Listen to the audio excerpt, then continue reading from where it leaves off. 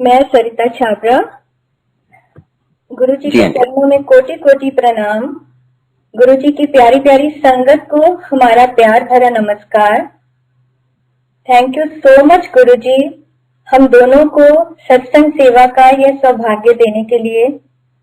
Thank you Kunal uncle, Vikram uncle, thank you मंदिर management और गुरु जी के सभी सेवादार जो इस सेवा को बहुत शिद्दत से निभा रहे हैं।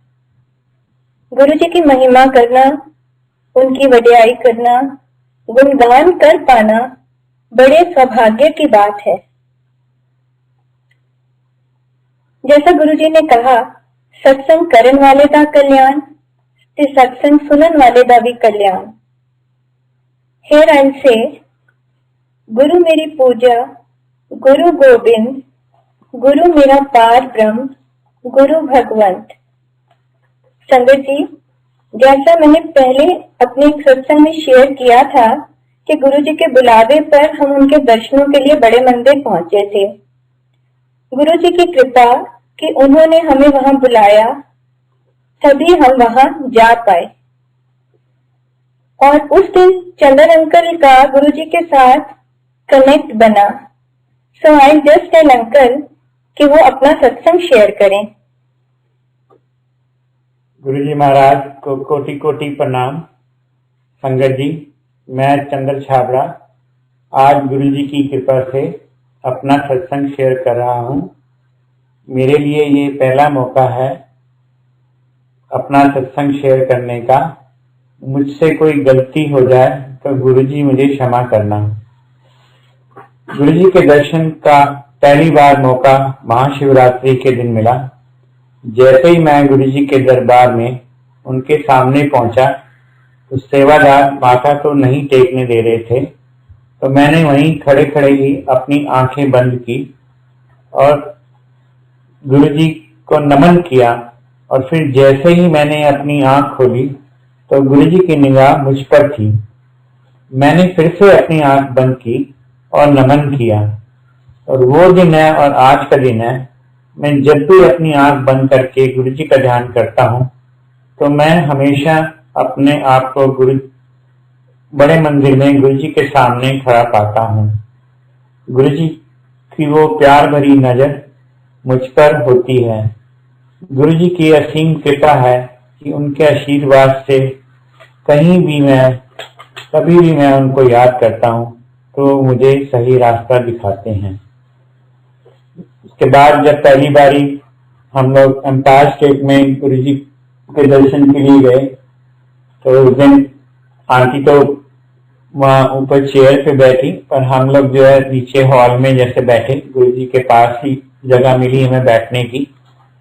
तो मैं नीचे बैठा हुआ था तो मेरे बाएं घुटने में थोड़ा दर्द हो रहा होता था।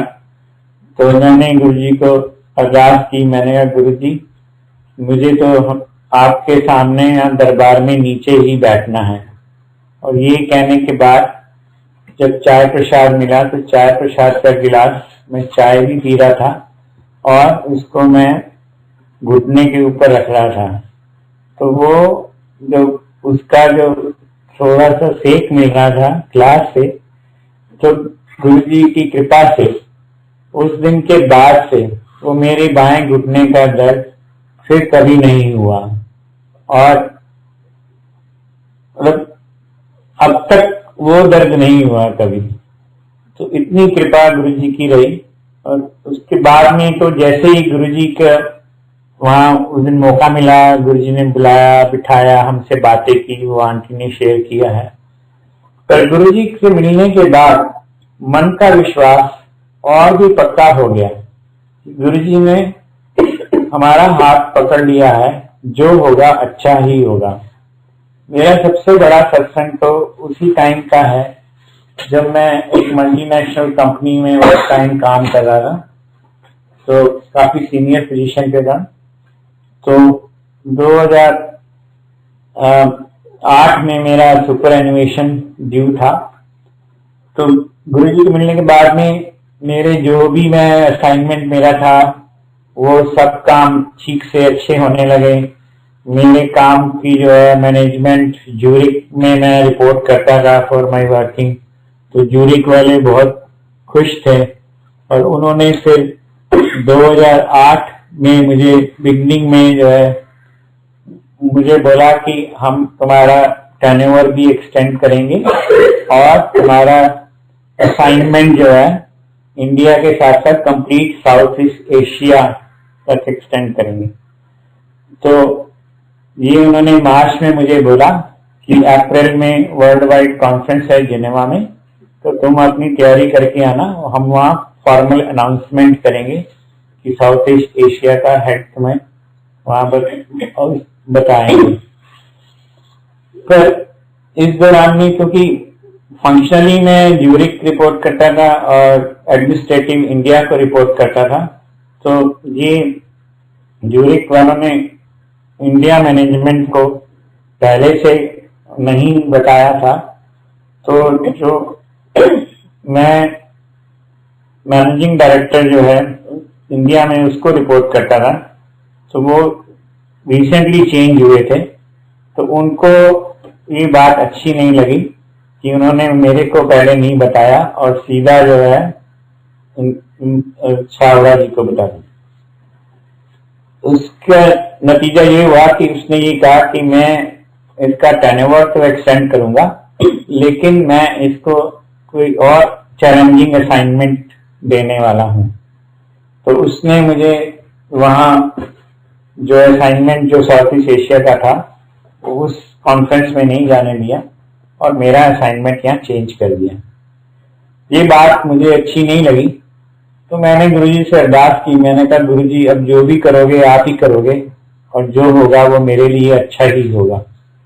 और शायद ये गुरुजी की ही इच्छा थी कि मेरा ये असाइनमेंट चेंज करा के मेरे लिए उन्होंने कुछ और ही ऐसा प्लान किया हुआ था कि मुझे वो साउथ ईस्ट एशिया का असाइनमेंट मेरे हाथ में नहीं आने दिया।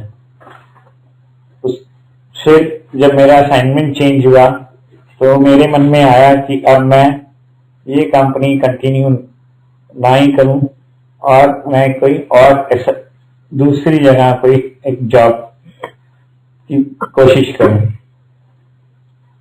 तो मैंने जो है अपने सर्कल में जो है लोगों से ये शेयर किया अपना व्यू कि मैं now I want to quit this company on super innovation. तो मुझे जो है I want to change my job, क्योंकि मैं अच्छी सीनियर पोजीशंस पे था। काफी कंपनीज मुझे जानती थी मेरे काम के बारे में, मेरे कैलिबर के बारे में।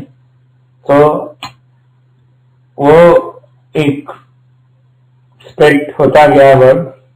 इस दौरान में जब अप्रैल में मेरा असाइनमेंट चेंज किया तो उसके बाद में मेरे बेटे का जो है वो इंजीनियरिंग कर रहा था, तो उसका समर वेकेशन का प्रोजेक्ट था। तो उस प्रोजेक्ट के लिए उसको समर ट्रेनिंग के लिए मैं उसके साथ एक कंसल्टिंग कंपनी में गया। तो वहां जो जहां पर इसको ट्रेनिंग होनी थी, तो जो डिपार्टमेंट हेड वहां पर थे, तो I was very fascinated to meet him. 70 साल की एज में भी वो इतनी बड़ी रिस्पॉन्सिबिलिटी पे काम कर रहे हैं। तो एक बार मन में विचार आया, मैंने कहा ये देखो 70 साल की एज में भी इतना बड़ी रिस्पॉन्सिबिलिटी और इतना हार्डवर्क करते हैं, तो हम लोग क्यों नहीं कर सकते। नॉर्मली तो जो है क्योंकि मेरा सुपरएनुएशन 58 की एज में ड्यू था और हमारी कंपनी नॉर्मली 2 साल तो वैसे ही एक्सटेंड करती थी और उसके बाद भी जो है एज ए कंसल्टेंट कंटिन्यू कराते थे। पर ये गुरुजी की अपनी लीला है कि उन्होंने कुछ मेरे लिए ऐसा प्लान किया कि उन्होंने एक अलग ही एक जरिया बनाया। हमारे यहाँ सत्संग हुआ 5 सितंबर को गुरुजी का घर पर। तो उस सत्संग के बाद में अगले दिन 6 सितंबर को मुझे एक फोन कॉल आ गया कि so and so person is interested in you and he want to meet you, so you please contact him।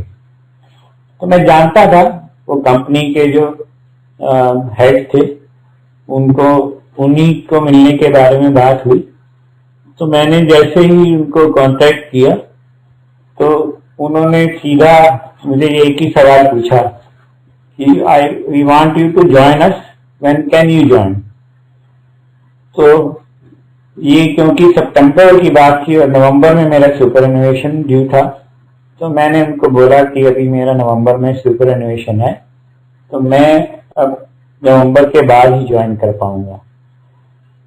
तो ये गुरु जी की लीला है, बड़ी कृपा है कि उन्होंने सीधा सीधा मेरे से यही पूछा कि when can you join us, और उन्होंने फिर ये कहा ठीक है आप एक बार आके मिल लो and we will discuss everything.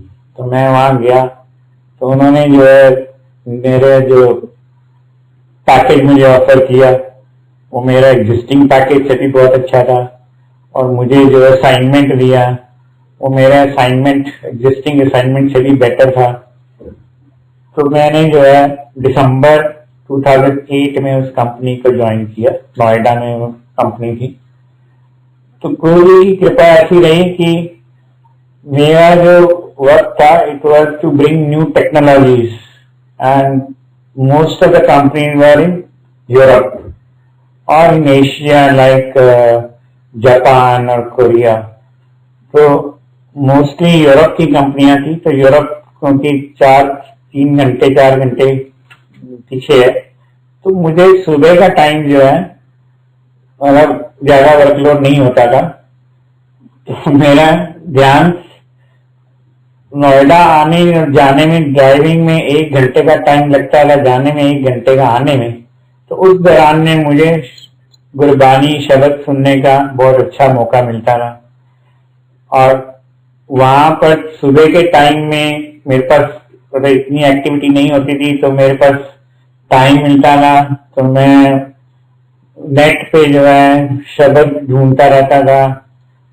जो कुछ शब्द तो पहले ही हमारे पास थे, लेकिन इच्छा होती थी और शब्द हो, तो कुछ साइट से शब्द डाउनलोड करने। फिर ब्रह्मा बहन आंटी को जलंधर में एक बार मैं मिला था, तो उन्होंने फिर फेसबुक पे शुरू किया, उनको मैंने सजेस्ट किया था कि आप डालो ये शब्द के लिंक वगैरह। तो वो एक ऐसा माहौल बन गया कि 24 घंटे मन में गुरबानी ही चलती रही। काम करते टाइम भी मैं अपने अंदर एक गुरबानी से ऐसा जुड़ा हुआ कि उठते बैठते गुरबानी, और शब्द की जो धीरे धीरे हमारी लाइब्रेरी बढ़ती ही चली गई, और आज भी हमारी इच्छा यही होती, और भी कहीं सुनते हैं नया शब्द गुरबानी तो दिल करता है ये भी हमारे पास होना चाहिए। हालांकि जो शब्द गुरबानी बड़े मंदिर में, एम्पायर स्टेट में गुरु जी के सामने बैठ के सुने हैं, उनका एक लगाव और माहौल अलग ही होता है, लेकिन जो गुरबानी का जो जुड़ाव गुरु जी ने किया वो एक अलग ही अपने अंदर एक स्ट्रेंथ, एनर्जी क्रिएट करता है। तो और एक ये जो असाइनमेंट उन्होंने दिया, इसमें मेरी इंटरनेशनल ट्रैवलिंग बहुत होने लगी, क्योंकि बाहर की कंपनी से टेक्नोलॉजी लाना था, तो उनके साथ मिलना जुलना, तो हर 2-3 महीने बाद मेरा मोस्टली यूरोप के चक्कर लगने लगे।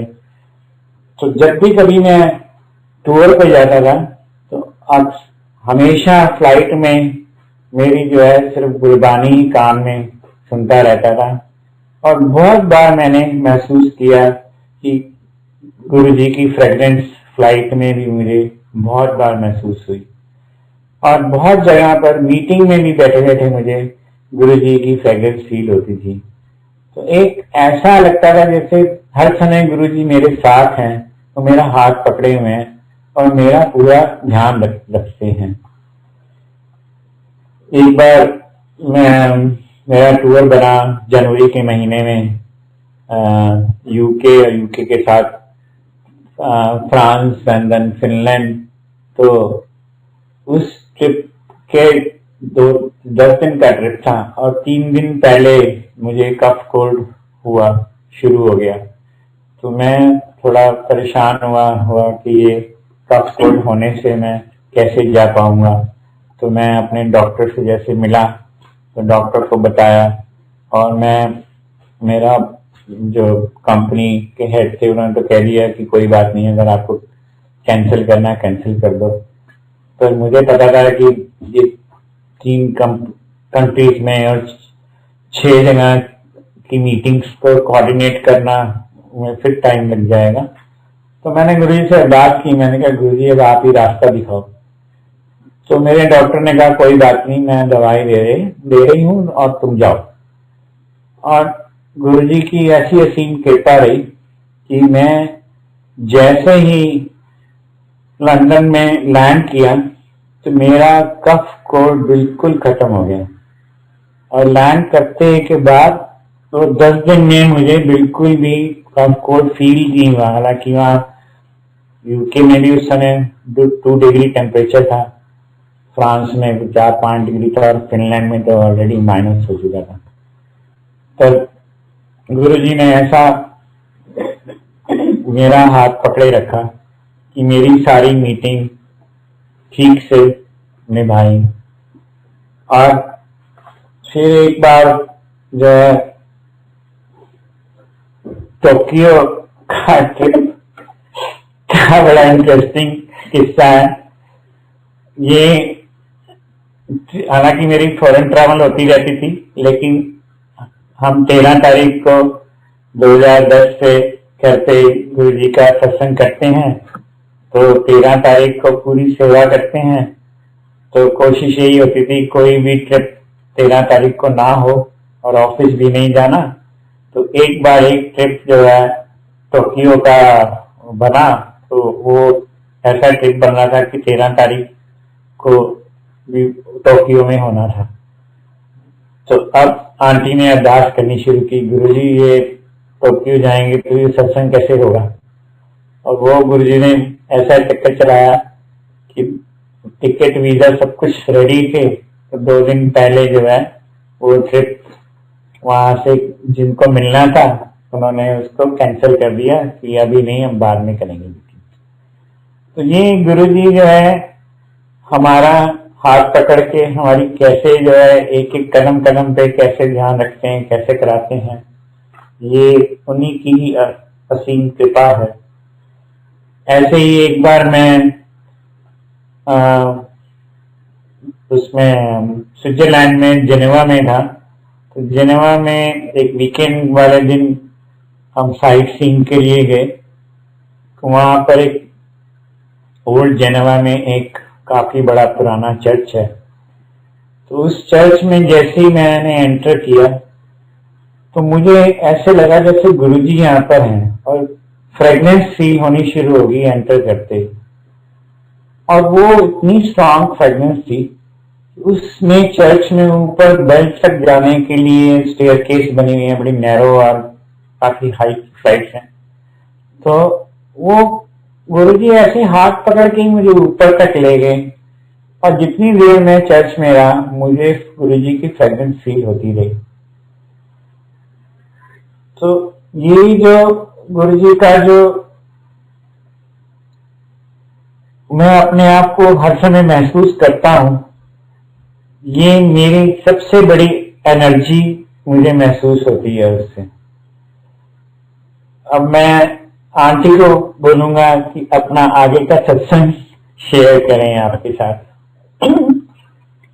शंकर जी, इस ह्यूमरस नोट पे जो 13 तारीख का अंकल ने बताया, और उस वक्त सच में ऐसे था कि मैं गुरुजी से बोलूं, गुरुजी ए ट्रिप आगे कर दो, पीछे कर दो, जरूरी नहीं तो कैंसिल कर दो। तो उन्हें पता है सत्संग मिलके करीदा है, और तुसी जिवे आदेश दिता सी कि हथ सेवा करनी है, बालों किसी ने नहीं सदना।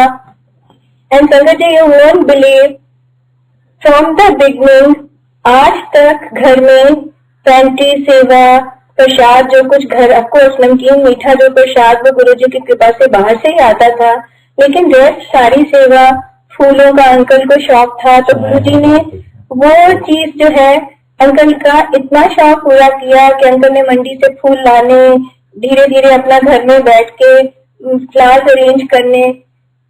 तो एक वो गुरुजी का सिमरन भी चलता रहना, और सेवा भी होती रहनी। क्योंकि हर समय हम दोनों इसी चीज का गुरुजी का शुक्राना करते हैं कि जब हम पहली बारी गए बड़े मंदिर, फिर एम्पायर स्टेट, और गुरुजी से जो चीज मांग बैठे, उनकी कृपा कि उन्होंने वो दात हमारी झोली में डाली। इतनी बड़ी सौगात क्या उनकी कृपा के बिना किसी को मिल सकती है? और वही कृपा है जो 2010 जनवरी से इस समय लॉकडाउन के टाइम में भी वो सत्संग उसी तरह चल रहा है, सिवाय एक चेंज के कि संगत इस समय कलेक्टिव वे में अपने घर से कनेक्ट होती है, और वो भी संगत के फोन आ जाते हैं अगर ऑडियो जाने में थोड़ा सा लेट हो जाता है तो। और जो शेड्यूल गुरुजी ने उस समय वो फोन में हमारे 2 फोन में सेट हुआ कि 4 PM to 6 PM to be repeated every month, और उसमें क्या था टिल 2100, और आज भी वो 3:45 PM पे अलार्म बजता है और सत्संग शुरू होता है।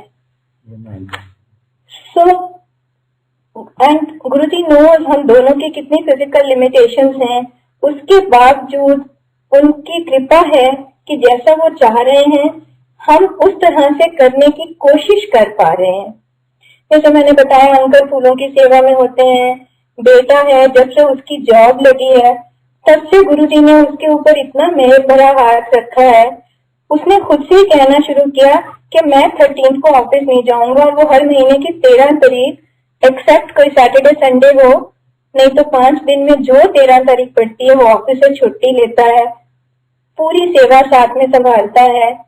और उस समय अंकल मेरे से हंसते हैं, कहते तुमने गुरुजी से मांगी तो यही चीजें थी ना, गुरुजी मैं चाय बना देंगे, गुरुजी शरबत चला देंगे, हाँ गुरुजी कढ़ा प्रसाद भी बना देंगे। सो शुक्राना मेरे मालिक, इतना शुक्र है कि वो सब सेवा हम लोग कर पा रहे हैं। जैसे मैंने अपनी फिजिकल लिमिटेशन की बात की, तो उसको थोड़ा सा मैं शॉर्ट में शेयर करती हूँ। 1981 में हम दोनों का दिल्ली में पंचकुला रोड पे एक रोड एक्सीडेंट हुआ था। इट वाज नियर फेटल, हम दोनों के लिए ये सेकंड लाइफ है। इस एक्सीडेंट में अंकल का बॉडी का अपर पोर्शन, मेरी दोनों टांगे मेजरली अफेक्टेड थे, और हम लोग काफी टाइम हॉस्पिटलाइज्ड रहे, बेड रिडन रहे। मेडिकली चंद्र जी को डॉक्टर ने 90% और मुझे 60-65% फिजिकल डिसेबिलिटी में डाला। और गुरुजी ने 2010 में आकर, दिस एक्सीडेंट वाज इन 81, गुरुजी से मिलना हुआ बिफोर ही लेफ्ट हिज चोला, और ये आंसर उन्होंने दिया 2010 में। प्रीत बिहार में एक सत्संग था, और जो गुरुजी का स्वरूप वहां पे लगा हुआ था उसमें मुझे बार बार उनकी इमेज दिखाई दे जिन्होंने हमें रोड से उठा के हॉस्पिटल पहुंचाया था। आज भी वो इमेज हम लोगों की आंखों में बहुत क्लियर है। उस दिन उस सत्संग में ये सिलसिला लगातार चलता रहा, कभी गुरुजी दिखे, कभी वो रब का बंदा दिखे, और मैं बड़ी बेचैन रही घर आके भी। 2-3 दिन के बाद गुरुजी का एक ड्रीम आता है, और गुरुजी एकदम सामने आके कहते हैं, शेर देखे नजारे, एंड एकदम से मेरी नींद खुल जाती है। सिर्फ इतना सा मुझे गुरुजी की झलक दिखी, लेकिन समझ में नहीं आया ये क्या था। फिर मुझे अंकल कहने लगे, तुम 2-3 दिन से इस चीज में बेचैन हो, और ये जो गुरुजी का वचन है ये कहीं ना कहीं कनेक्टेड है। तो गुरुजी यही बताना चाह रहे हैं शायद कि वो हमें खुद बचाने आए थे, और उन्होंने हमें न्यू लाइफ दी है। गुरुजी ने हमें यहाँ संगत जी ये बताया, मुझे लगता है ये मैसेज सभी के लिए हो सकता है कि गुरुजी के साथ जो हमारा ये नाता है जन्मों जन्मों का है, क्योंकि आत्मा और परमात्मा का जो रिश्ता है ये तो हमेशा ही चलता रहता है। सो इस जन्म में गुरुजी ने अपनी शरण में तो उस समय नहीं बुलाया था, पर वो उस समय भी हमारे अंग संग थे। उन्होंने ही हमें सारा देखा, हमें वहां से उठाया, हमारी रक्षा की। और इस चीज को हम बाद में समझ पाए, क्योंकि मेरे पापा उस समय बताते थे कि जो तुम्हें सड़क से लेके आए हैं वो लड़का मुझे हॉस्पिटल में मिला है, उसने मुझे सब बताया है, लेकिन मैं उसको जब अब देखता हूँ कहीं और उससे बात करना चाहता हूँ, but I think I walk slowly, तो जब तक मैं वहां पहुंचता हूँ वो वहां होता ही नहीं है, वो वहां से कहीं चला जाता है। और जब तक मैं 3 या 4 दिन I was in critical condition, लेकिन जब थोड़ा सा स्टेबिलाईज हुआ, उस इवनिंग पापा कहते हैं वो आए, उन्होंने मेरे कंधे पे हाथ रखा और कहते हैं अंकल अब सब ठीक है, आप फिक्र ना करो। और उसके बाद पापा कहते हैं मुझे वो कभी कभी दिख जाते थे हॉस्पिटल में, लेकिन उसके बाद मैं बात नहीं कर पाया उनसे। सो गुरुजी के साथ हम लोग पता नहीं कौन से जन्मों से जुड़े हुए हैं, और ये चीज गुरुजी ने हम लोगों से तो एम्पायर स्टेट में जब बात की तो बहुत बारी पूछा था, तो पीछे कित्थों दी है, जो हमें उस समय समझ में नहीं आया था। बाद में पता चला कि वो पीछे यहाँ का नहीं, किसी जन्म की बात कर रहे थे। तो गुरुजी के साथ जब हमारी ये सोल कनेक्ट होती, इस जन्म में कनेक्ट हुई, सो आई फेल्ट कि गुरुजी कार्मिक जर्नी तो हमारी है, हमारा बैगेज है, लेकिन आपकी इतनी कृपा है कि हमें ये भोगना नहीं पड़ रहा, आप हमारे कर्म कटवा रहे हो। और वो कर्म कटवाने का भी गुरुजी का कितना प्यारा सिंपल सा तरीका है, सेवा, सिमरन ते सत्संग। सो संगत जी, जुलाई, हम गुरुजी का बर्थडे जुलाई में, तब तक सत्संग ये शुरू हो गए थे। गुरुजी के चोला छोड़ने के टाइम पे ये सारे सत्संग शुरू हो चुके थे, लेकिन हमें गुरुजी ने जो हमने उनसे मांगा था वो हमें 2009 में गुरुजी ने ब्लेस किया। लेकिन गुरुजी से मिलने के बाद में संगत जी मुझे बहुत ड्रीम्स आने लग गए थे। He was in physical form, और हम अपनी लिमिटेशंस की वजह से गुरुजी के पास दर्शन के लिए नहीं जा पाते थे, मन बहुत बेचैन रहता था। तो गुरुजी ने एक बार इतना खूबसूरत ड्रीम दिया कि एक प्लेटफॉर्म है, एक स्टेज है, वहां पे गुरुजी विराजे हुए हैं, शब्द बानी चल रही है, 4-5 लोग ऐसे पीछे चेयर्स पे बैठे हैं, बाकी कुछ खाली खाली है। गुरुजी ने हाथ का इशारा किया जैसे किसी को बुलाया। हम आस-पास एक दूसरे को देखते हैं पर हमें नहीं समझ में आया गुरुजी किसे बुला रहे हैं। एक आंटी आई मेरे पास और कहती है गुरुजी आपको बुला रहे हैं, आओ पाठ करना है। अब मैं आंटी से कहती हूँ कि मैं वहां कैसे बैठूंगी, मैं ना बैठ सकती हूँ फर्श पे और ना मैं अपनी टांगे फोल्ड कर सकती हूँ। तो गुरुजी के पास जब मैं वहां पहुंची तो गुरुजी बड़े मुस्कुराते हुए कहते हैं चल बैठ, पाठ कर। उन आंटी ने वो पोथी के स्टैंड को एडजस्ट किया मेरे लिए, मैं टेढ़ी सी होके टांगे लटका कर बैठी हूँ स्टेज पे गुरुजी के लेफ्ट साइड पे, और उस पोथी के ऊपर एक बड़ा सुंदर सा डीप रेड कलर का कपड़ा है, खूब गोटे का काम है उस पे। मैं उसको हटाती हूँ तो वहां पे रामायण की पोथी है। मैं गुरुजी की तरफ देखती हूँ, गुरुजी मुझे फिर इशारा करते हैं पढ़। अब मैं उसको पढ़ना शुरू करती हूँ और ऐसे शुरू करते में ही मेरी नींद टूट जाती है। उस समय पे मैं गुरुजी की कृपा से चैत्र के नवरात्रि के टाइम पे कुछ सालों से रामायण का पाठ किया करती थी, लेकिन जब मैंने वो सुबह उठ के अपने वहां पोथी उठा के देखी, उस पर रामायण नहीं रामचरितमानस लिखा हुआ था। तो गुरुजी के मिलने के बाद तो हम इतना रिलैक्स फील करने लगे थे कि राम कृष्ण हर कोई सब गुरुजी में समाये हुए हैं, गुरुजी के ही रूप हैं। अब तो हम गुरुजी को याद करते हैं, उनकी महिमा करते हैं, तो अब ये पाठ वगैरह हमने क्या करने हैं। तो मैं बड़ी रिलैक्स होके मैंने कहा नहीं अब तो बड़ा इजी हो गया, क्योंकि उस एक पाठ के लिए वो 3 घंटे ऑन एन एवरेज डेली पढ़ो तो रामनवमी तक पहुंचते हुए रामचंद्र जी के जन्मदिन पर वो संपूर्ण होता था पाठ।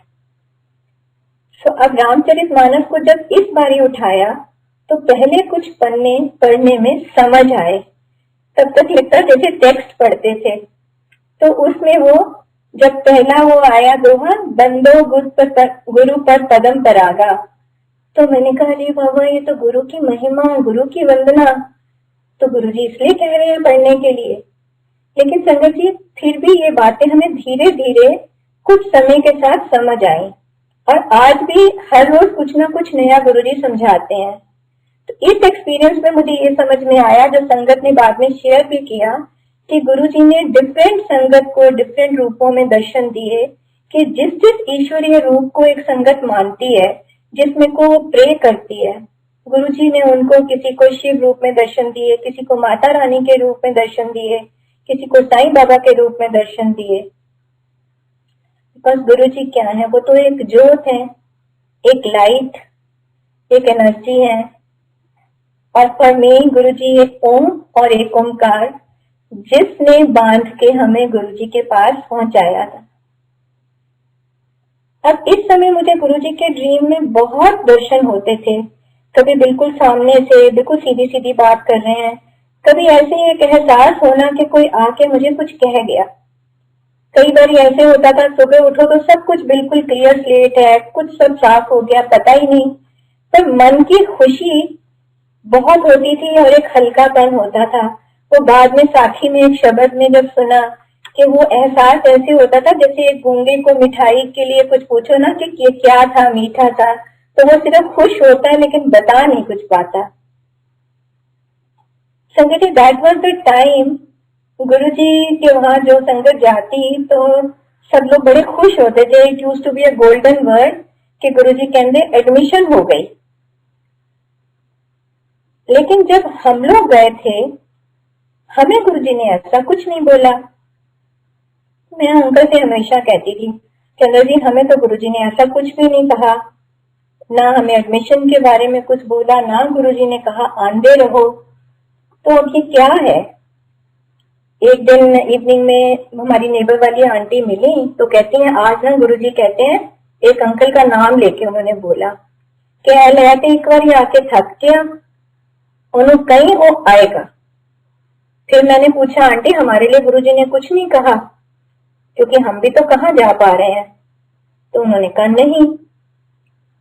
मैंने उन्हें हिंट भी दिया कि गुरुजी के बहुत ड्रीम्स आते हैं, लेकिन उन्होंने उस समय उस चीज का कोई जवाब नहीं दिया। अब इस टाइम पे मेरी टेलीपैथिक बहुत कन्वर्सेशन चलती रहती थी गुरुजी के साथ, क्योंकि संगत जी एक्सीडेंट के बाद ऐसी सिचुएशन हो गई थी कि मूवमेंट बिल्कुल नहीं थी। I was very much restricted to home. तो वो लोनलीनेस कभी कहो, लेकिन वो लोनलीनेस ना होके अलोन वाला एक फेज बनता गया, जिसमें कि मैं अकेली हूँ लेकिन मेरे साथ कोई है। और वो मेरे पापा ने मुझे ज्योत पे फोकस करना उस समय सिखाया था, क्योंकि मेरा भगवान से पूरा विश्वास उठ चुका था। एक जो मैं गायत्री मंत्र किया करती थी, मैं वो मंत्र तक नहीं कर पाती थी, 2 वर्ड बोल के मेरा ध्यान टूट जाता था। तो पापा कहते थे कोई बात नहीं, तुम ओम पे फोकस करो, इनहेल करो, ओम एक्सहेल, टूटेगा कोई बात नहीं, छोटा सा शब्द है, फिर रिपीट कर लेना। तो वो जब गुरुजी से मिले तो समझ में आया कि गुरुजी ने वो बीज कब डाला था कि ओम पे फोकस कर, मैं ते ओम ही। सो वो हर समय एक रोम रोम में ओम बसता चला गया, क्योंकि अकेली होती थी, जो कुछ भी करना ओम का जाप करते रहो, क्योंकि वो जहां फिर ब्रेक होना, कोई वियर्ड थॉट आनी, उससे टूटना, फिर ओम शुरू हो जाना।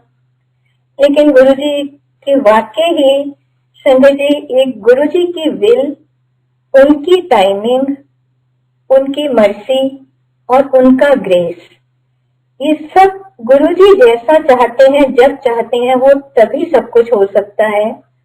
और वही हमारे साथ हुआ। एडमिशन का हमें जवाब मिला, मे बी इट वॉज 2010 और 11। उस समय घर पर वो 13 के सत्संग शुरू हो गए थे और नरेश गुप्ता अंकल हमारे यहाँ उस समय सत्संग कर रहे थे। सो हम लोग अपना यूजुअल सेवा में भी थे, लेकिन कोशिश होती थी कि जो भी गुरु की महिमा हो रही है वो कान में पड़ती रहे, कि हाथों ने अपना काम करना है, चल के हमने करना है, लेकिन कानों ने अपना काम करना है। सो उस सत्संग में एडमिशन के साथ साथ एक वर्ड कान में पड़ा, प्रमोशन। जब सारी संगत गई, हमने अंकल से फिर से कहा, हमने कहा अंकल आपने कुछ अभी एक सत्संग एडमिशन प्रमोशन कुछ सुनाया था, वो फिर से सुनाओ क्या था। अंकल ने वो सत्संग सुनाया। उसमें से जो मेन पॉइंट हमें फिर समझ में आया कि रात में जब कुछ लोग गुरुजी के पास बैठे थे तो गुरुजी कहते हैं एक दिन आंटियों ने बहुत दुखी किया हुआ है। तो अंकल तो मेरे को कहते देख मेरी पंजाबी बहुत अच्छी नहीं है, मैं फिर से वही बताता हूँ। तो आंटियों ने दुखी किया है कि हमारी तो एडमिशन ही नहीं हुई। आंटियां अच्छी आती हैं, प्रमोशन करा लेके जाती हैं और कहती हैं एडमिशन नहीं हुआ। और मैं अंकल की तरफ देखूं, अंकल मुझे मेरी तरफ देखें, क्योंकि हम दोनों के सिवाय ये वर्ड तीसरा किसी को नहीं पता था कि हम उस वक्त कितना क्रिप करते थे कि हमें गुरुजी ने ये वर्ड नहीं बोला। सो मैं वो पोर्शन उस सत्संग का बता रही थी जो मेरी कंप्लेंट थी गुरुजी से, मेरी एक शिकायत थी कि गुरुजी आपने ऐसा कुछ बोला नहीं। लेकिन संगत जी, ये सबके लिए अगेन है कि गुरुजी के साथ उन्हीं का टाइमिंग है, जैसा वो चाहते हैं वैसा ही उस समय पे होता है। तो जब डोर उनके हाथ में दे दी तो सवालों के जवाब क्या ढूंढने हैं। जैसा समय आएगा सब चीज अपने आप सामने आ जाएगी। इसी तरह मेरी ना उस समय 2 और शिकायतें भी, शिकवे चलते थे जो मैं अंकल से शेयर किया करती थी कि गुरुजी ने ना हमें ये भी नहीं कहा कि तेरा कल्याण कीता, ना कहा कि जा ऐश कर। उसका जवाब हमें एक दिन एक एम्पायर स्टेट में बैठे हुए सत्संग में मिला। वहां हम थोड़ी सी संगत बैठे थे, कुछ पंजाब की संगत आई हुई थी। तो कुछ ही शब्दों के बाद ये हुआ कि सारे अपना अपना सब लोग सत्संग शेयर करेंगे। तो उस गुरुजी की उस कृपा में एम्पायर स्टेट जजेस ने देखा वो डायगनली आसन के साथ एक जो थोड़ा प्लेटफॉर्म है, मैं वहां टांग लटका के बैठी हुई थी और गुरुजी की तरफ देखते हुए जैसे सत्संग, क्योंकि मेरा कनेक्ट एम्पायर स्टेट जाके बना था तो मुझे हर समय लगता था कि वहां जहां मैं बैठी और गुरुजी से मेरी बातें हो रही हैं। तो जब मैंने ये सत्संग सुना लिया और मैंने ये शब्द बोले, वो कल्याण कीता और ऐशकर वाले, तो एक अंकल ने एकदम से बोला, कहते हैं आंटी तू हल्ले भी शब्दां विच फसी है, गुरुजी ने तुहाडे ते प्रैक्टिकल कीता, तो प्रैक्टिकल करके अपनी पावरा पा गए, तू हाले भी कहती गुरुजी ऐ नहीं किया। बिलीव मी संगत जी, उस वक्त आई रियलाइज कि जो मेरे ऑर्थोपेडिक डॉक्टर चेकअप के बाद कहते कि सरिता जितने तुम्हारे डैमेजेस हैं लेग्स में, हम भी वंडर कि आप इतना अच्छा मैनेज कैसे कर रहे हो। ये तो संगत जी हम ही जानते हैं कि गुरु की कृपा क्या है। ये चीज 1997 में ये बेंगलोर में पोस्टेड थे, वहां मेरी फिर कंडीशन काफी गड़बड़ हो गई थी। तब वहां के डॉक्टर ने कह दिया था कि may be another 8-10 years you may need total knee replacement both sides.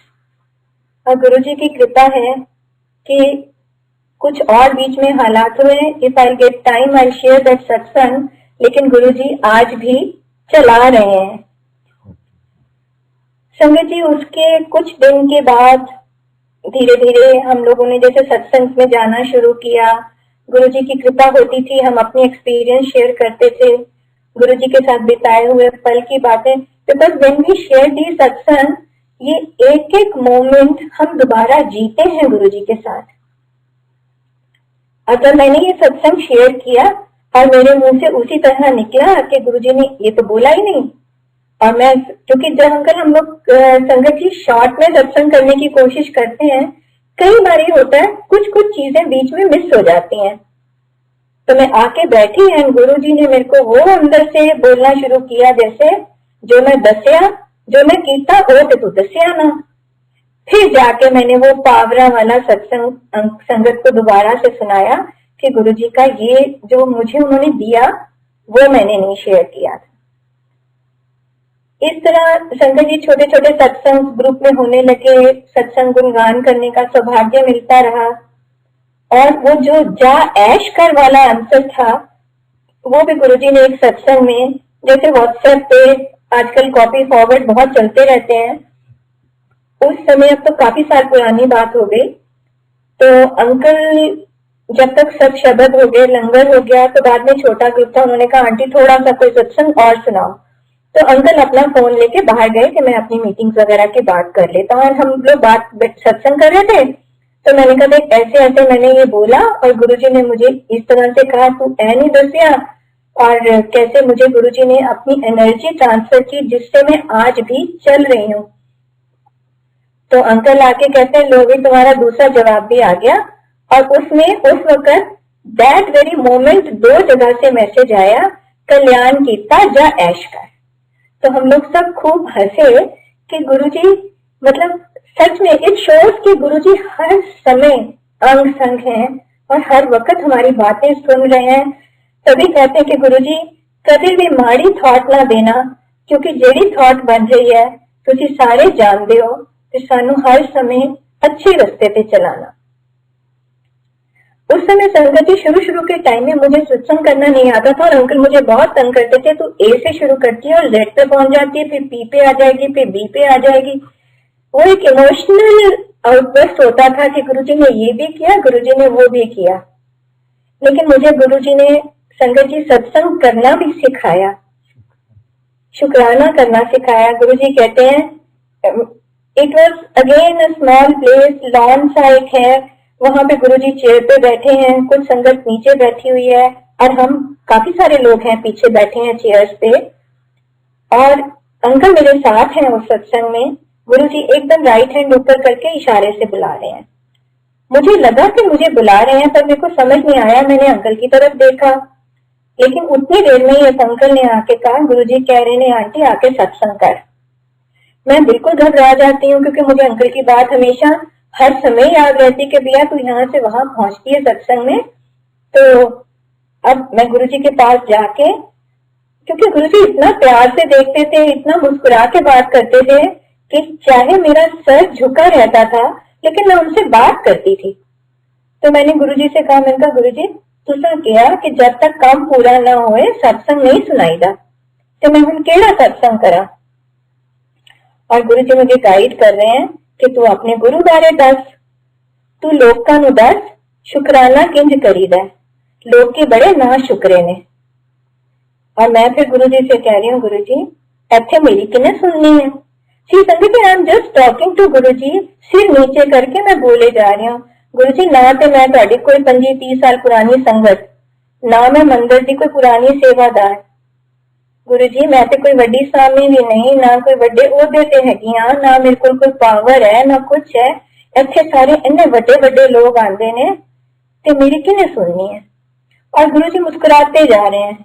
मैं फिर से गुरुजी को और भी आगे बोल रही हूँ गुरुजी शुक्राना पे सारे ही करते हैं, सारे कहते हैं थैंक यू भी कहते हैं, थोड़ा शुक्राना भी करते हैं। गुरुजी कहते ना जितना तू करते हैं उंज सखा। मैं कहा गुरुजी जिवें मैं करदी हां सारे करते ने। कहते नहीं तू तो रोंदियां भी कहती है वड्डी मुश्किल तो बचा लिया। कमलिए शुक्राना हर साह विच ही होना चाहिए। तू भी याद रखी ते लोकां नूं भी दस कि हर साह विच शुक्राना करना है रब दा। और संगत जी मुझे तो ये चीजें समझ ना आए, एकदम से गुरुजी इतना गाइड करते जा रहे हैं कि हमारी क्या बिसात हम गुरु के बारे में कुछ कह सकें। सिर्फ अपना एहसास, हम अपनी फीलिंग्स ही बता सकते हैं, क्योंकि गुरु तो अथाह सागर हैं, उनका कोई और नहीं, कोई छोर नहीं, हम कहां से क्या बताएं। बट संगत जी गुरुजी धीरे धीरे हर चीज सिखाने लगे। यही समझ में आया, which I'll still say it is the tip of the iceberg, बानी गुरु, गुरु है बानी, विच बानी अमृत सारे। सो जैसे ही कोई शब्द चलता है आंख बंद करो, ऐसे लगता है गुरुजी सामने बैठे कुछ बता रहे हैं, क्योंकि सब वो गुरु के वचन हैं। फिर गुरुजी ने समय समय पर यह भी सिखाया कि जो आजकल सॉर्ट ऑफ हम लोगों के लिए एक एंथम बन गया है, सुख वेले शुक्राना, दुख वेले अरदास, हर वेले तेरा सिमरन मेरे गुरुजी। कि 24 घंटे जो गुरुजी ने किया कि गुरु नाल मेरे रहो, नाम लो। ये नहीं है कि हमने सारे काम छोड़ के गुरुजी का नाम लेना है, लेकिन गुरुजी की बड़ी बड़ी बड़ी कृपा के हर समय गुरुजी साथ हैं और गुरुजी सब काम अपना करा रहे हैं। अब संगत जी आई ट्राई एंड शेयर कि जब गुरुजी ने चोला छोड़ा था और सत्संग शुरू हुए थे, जो अंकल ने आपको बताया कि हमारे घर पहला सत्संग हुआ था और कैसे गुरुजी ने हमारे उस चीज का जवाब दिया। Now I share that portion कि 2007 में वीकली सत्संग हम लोगों के यहाँ शुरू हुए और मैं बहुत खुश थी, क्योंकि गुरुजी से एम्पायर स्टेट में कहा यही था गुरुजी आप मेरे घर आ जाओ। तो फॉर मी माय नेबरहुड सारा वो हमारा परिवार है, हमारा ही घर है, एक्सटेंडेड फैमिली, कि गुरुजी ने मेरी बात सुन ली और उन्होंने रखी है और वो हमारे आसपास आ गए। फिर धीरे धीरे कभी किसी नेबर ने, कभी किसी ने सत्संग कराना शुरू किया। नेचुरली कोई ना कोई शुक्राना होता था। तो जब ये शुक्राने वाली बातें शुरू हुई तो मैंने को लगे यार उसके घर में वो खुशी है, किसी की जॉब है। तो हम दोनों ने कहा हम आंटी को क्या कहें। तो दोनों ने इंस्टेंटली एक थॉट वो आई और हमने आंटी से कहा कि आंटी हम भी गुरुजी को घर बुलाना चाहते हैं।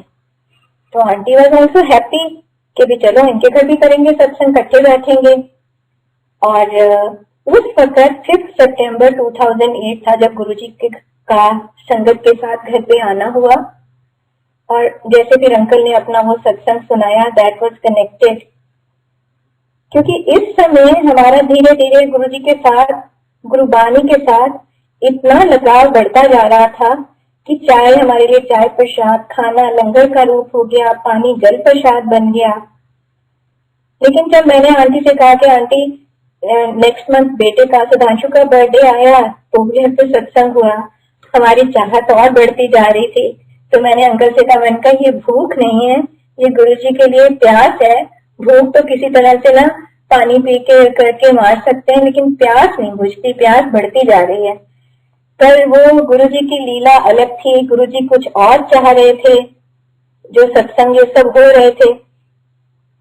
तो गुरुजी ने उस दौरान में इन सत्संग के टाइम हमने बड़े मंदिर जैसे जाना शुरू किया। फिर से बीच में हमारा काफी गैप आ गया था बड़े मंदिर जाने का भी। तो उस समय बड़े मंदिर में हम प्रसाद भी ले जा सकते थे और मंडे के दिन में हम लोग इकट्ठे बैठते थे, सत्संग शेयर करते थे, वहीं पे प्रसाद भी खाते थे, चाय प्रसाद मिलता था। तो ये सब चीजों से बड़ा अच्छा एक ऐसे लगता था जैसे जिंदगी में एक जीने का नया तरीका सीख लिया है, अब हम जी पा रहे हैं। जो पहले लगता था कि हम शायद दिन काट रहे हैं। और उस दिन जब हम बड़े मंदिर में बैठे थे, आई थिंक मैंने ये शेयर किया है पहले कि गुरुजी का शब्द वहां चला। जब हम गए, हमने मत्था टेका और उस समय हॉल का दरवाजा बंद था, गुरुजी का स्वरूप दरवाजे पे रखा हुआ था। तो जैसे हमने मत्था टेका और रंगोली एरिया में साइड बेंच पे बैठ गए तो एक शब्द चला, नानक चिंता ना करे चिंता तिसी है, जल में जन तो पायम तिना भी रोजी दे।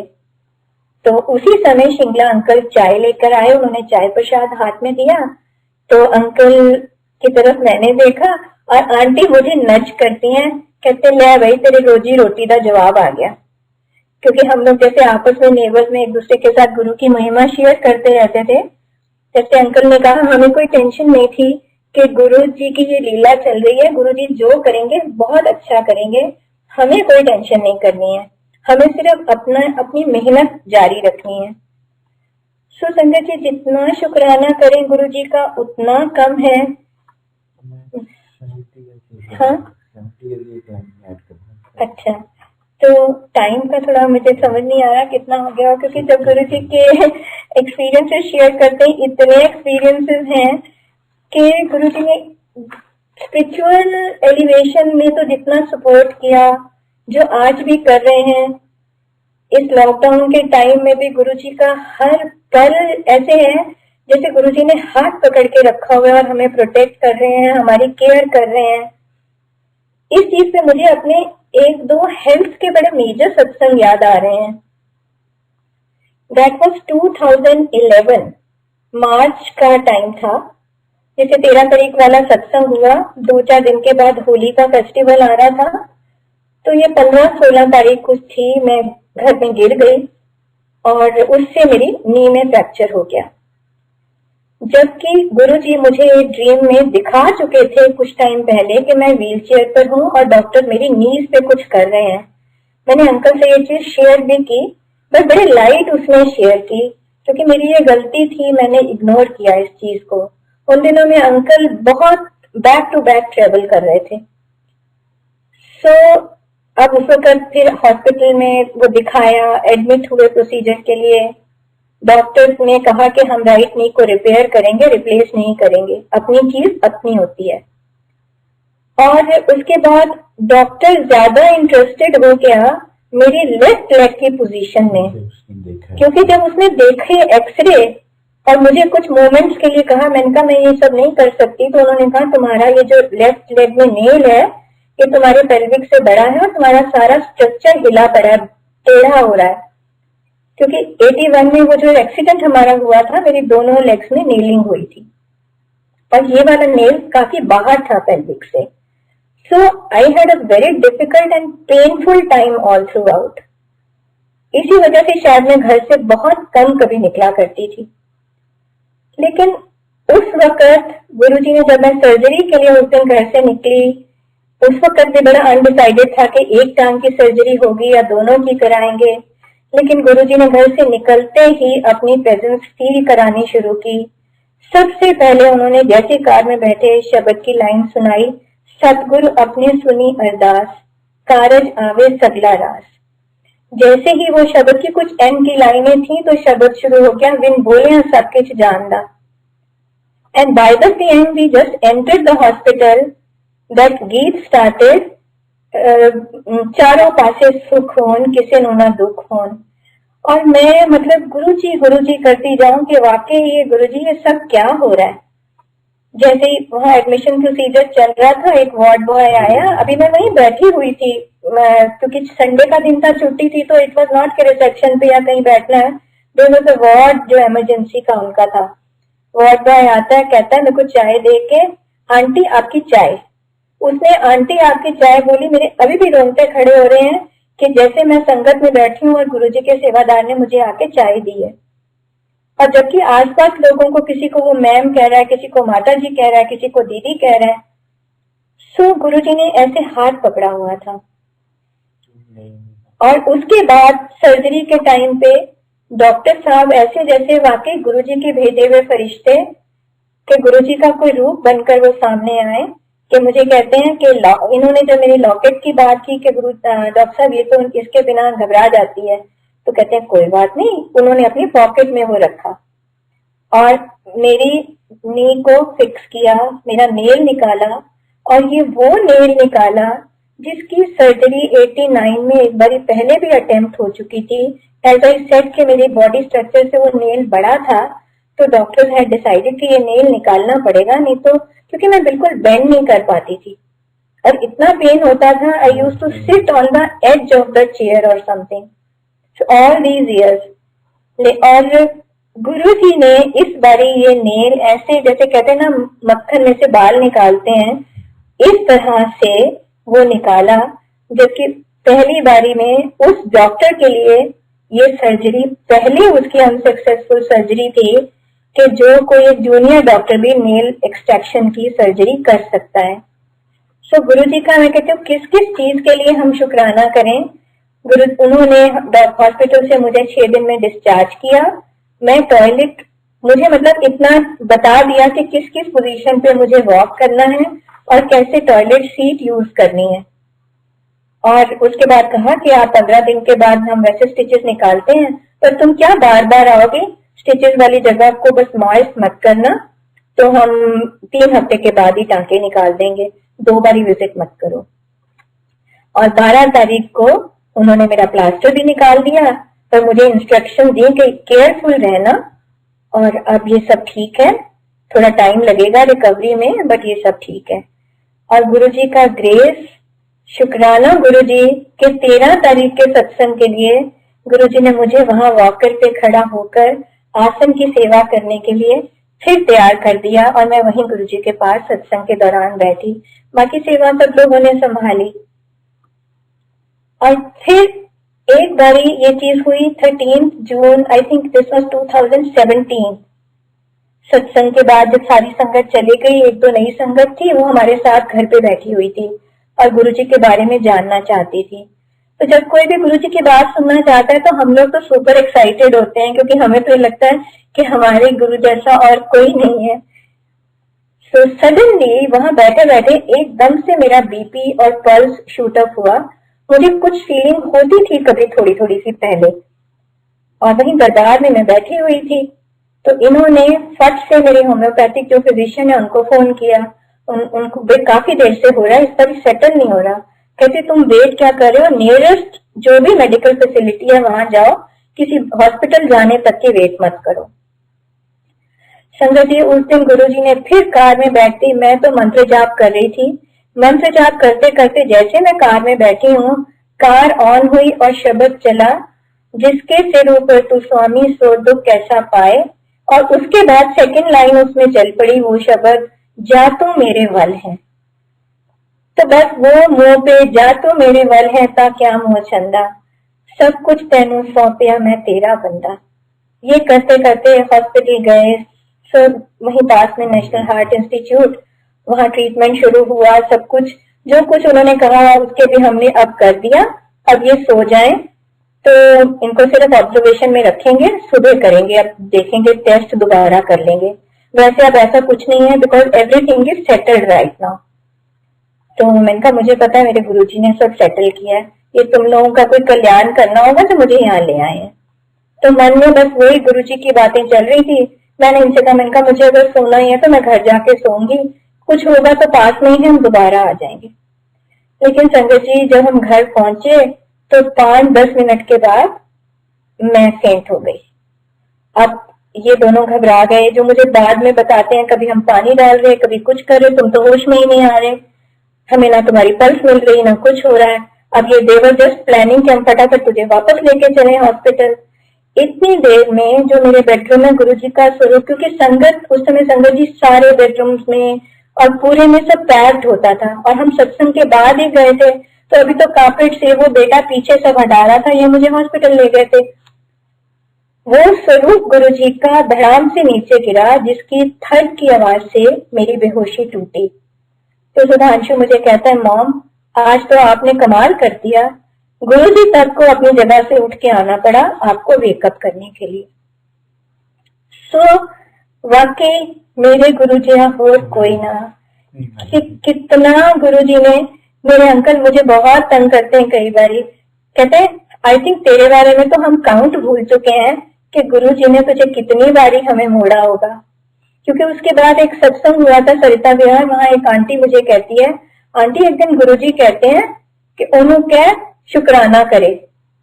अब हम दोनों बड़े घबरा गए कि हमसे कहाँ गलती हुई है, हमने कौन सी चीज का शुक्राना नहीं किया, क्योंकि हमें तो ऐसे लगता है हमारी हर सांस में शुक्राना है। बिकॉज जो हम ये सांस ले रहे हैं ये उनकी कृपा है, मैं उनका नाम ले पा रही हूँ, ये उनकी कृपा है। मैं तो इटर्नली थैंकफुल हूँ गुरुजी आपका। तो वो भी गुरुजी की एक लीला थी संगत जी, जो मुझे बड़े मंदिर लेके गए, मैं वहां शुक्राना करने गई। और इस समय मुझे ऐसे लग रहा है कि ऐसे ही गुरुजी का सामने आसन था, जहां पे एकदम पीछे वाले दरवाजे से गुरुजी आए। वो मुझे चोला याद है, मैं उस सब को, जबकि मुझे कभी नहीं पता होता था कि गुरुजी ने आज क्या पहना हुआ है, मुझे हमेशा एक गोल्डन गोल्डन हेलो ही दिखता था। तो गुरुजी आसन पे आके बैठे, और उस दिन आसन पे छोटा छोटा धीरे धीरे धीरे जैसे कुसुम के ऊपर गुरुजी का स्वरूप बनता चला गया। आई रिमेम्बर मैं जब उस दिन लंगर के लिए वहां से उठी, मेरा मन ना करे हॉल से जाने का, तो नारायण अंकल वहां बैठे, तो मुझे कहते हैं आंटी की होया। मैं क्या, गुरुजी सामने बैठे अंकल, मैं 2 मिनट होर निहारना चाहती हूँ। कहते आंटी हूं देख लिया, उनके अखा च आ गए ना। फिर हम लंगर करने गए, लेकिन फिर मन हुआ हम डीजे रूम की तरफ से, मैंने कहा अंकल आज हम गुरुजी से आज्ञा नहीं लेके, आज हमें प्लीज बहुत मन है, हमें आज्ञा लेने दीजिए। हम जैसे इधर आए तो गुरुजी का वो चेहरा जो था, वो जो गुरुजी का स्वरूप लगा हुआ है ये ब्लैक एंड व्हाइट चोले वाला, वो उस तरफ टर्न हुआ था। और वो चीज उन अंकल ने कहा, आंटी तुसी तो कह रहे हो गुरुजी सामने शक्ल लगा दिस रही है, कि गुरुजी का फेस दूसरी तरफ है। मैंने अंकल को बोला, मैंने कहा देखो मैंने आपको बोला ना गुरुजी का फेस दूसरी तरफ टर्न हुआ है। तो संगत जी शुक्राने शुक्राने शुक्राने, मतलब इतने सत्संग है, गुरुजी ने मेरा नाम तक बदल दिया संगत में, मेरी पहचान बदल दी, कहां से कहां पहुंचा दिया। मतलब सत्संग के बाद तो कई संगत ये कहती है कि आंटी सत्संग वाले दिन तो ये वो आंटी होती नहीं है, ये तो ऐसी जैसे 16 साल की लड़की भाग रही हो इधर से उधर, और आगे पीछे होता है I may be needing a support to walk also. So अनंतम अनंतम अनंतम शुक्राने गुरुजी, कितने शुक्राने करें। अंकल भी कुछ और चीज कहनी चाह रहे थे, तो वो आई थिंक वन गुरुजी से यही अरदास है हमारी कि अपनी सेवा में लगाए रखना, ऐसे ही अपने साथ जोड़े रखना। जय गुरुजी महाराज। जय गुरुजी।